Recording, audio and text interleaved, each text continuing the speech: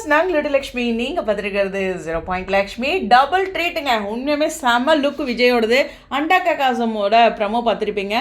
ஜொல்லு boys ஜில்லு girls. Okay, அவங்க ரெண்டு பேர்த்தோட கான்செப்ட் வச்சு ஒரு பியூட்டிஃபுல்லான விஷயம். ஸோ எந்த டீமுக்குமே ஒரு பேர் வைப்பாங்களே. ஓகே, அப்படிலாம் நம்ம பசங்க ஜொல்லு பாய்ஸில் சகல பாய்ஸ்னு வைக்கலாம். அங்கே இவர் வந்துட்டார் இல்லையா, அஜய் வந்துட்டார்ல, அதனால் சகல பாய்ஸ்னு வைக்க முடியாது. ஓகே, இதில் ரொம்ப முக்கியமான விஷயம் என்னென்னா, அந்த கூவ நதி இருக்குல்ல, அதுக்கு விஜய் கொடுத்த விளக்கம் டே சூப்பரில். தலைவர் வந்து வேறு ரகங்க, பயங்கர ஆக்டிவு, நாலேஜு, அவருடைய அந்த மாதிரி ஸ்கில்லெல்லாம் நானே பார்த்து பிரமிச்சிருக்கேன். ரொம்ப அப்டேட்டடாக இருப்பார்.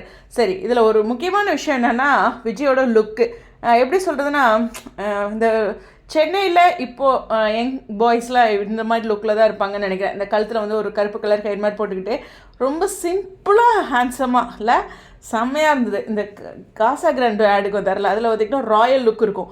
இதில் வந்து சென்னை லோக்கல் பாய்ஸ் மாதிரி, அது நான் தப்பாக சொல்ல, அது வந்து ஒரு வித்தியாசமான லுக்கு. அதில் சூப்பராக வந்திருந்தார்.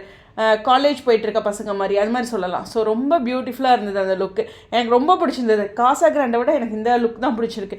ஏன்னா இதுதான் நேச்சுரலாக நம்ம பார்க்குற யதார்த்தமான லுக் இல்லையா. ஸோ ரொம்ப ஸ்டைலிஷாக வந்திருந்தார்.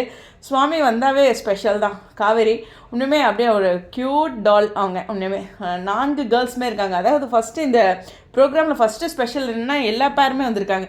அது ரொம்ப முக்கியமான விஷயம். அது மட்டும் இல்லை, எல்லாருமே டான்ஸ்லாம் ஆடுற மாதிரி இருக்குது. ஆனால் இந்த முறை பார்த்தீங்களா, போன முறை வீக்கா அப்படின்ட்டு VEEKKK அது மாதிரி கொடுத்துருந்தாங்க, வீக்கா அப்படின்ட்டு. இந்த முறை விஜய் காவேரியை VIKA.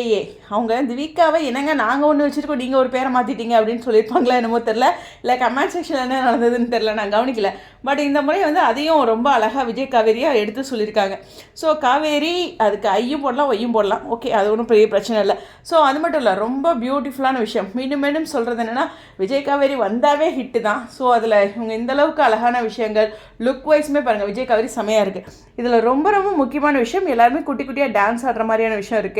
அதே மாதிரி ஒரு போட்டியை வந்து விஜயும் காவேரியும் எதிரெதிராக அணுகிற மாதிரி ஒரு சின்ன கான்செப்டும் இருக்கும் அதில். ஸோ அண்டாக்கா காசம் அப்படிங்கிறது சண்டே வர ப்ரோக்ராம், ஒரு 8 மணி ப்ரைம் டைமில். ஆனால் எனக்கு என்னென்னா, இவங்க இந்த மாதிரி ப்ரோக்ராம்லலாம், அதாவது ஷோலெலாம் விஜய் காவேரி எவ்வளோ அழகாக ப்ரமோட் பண்ணுறாங்க.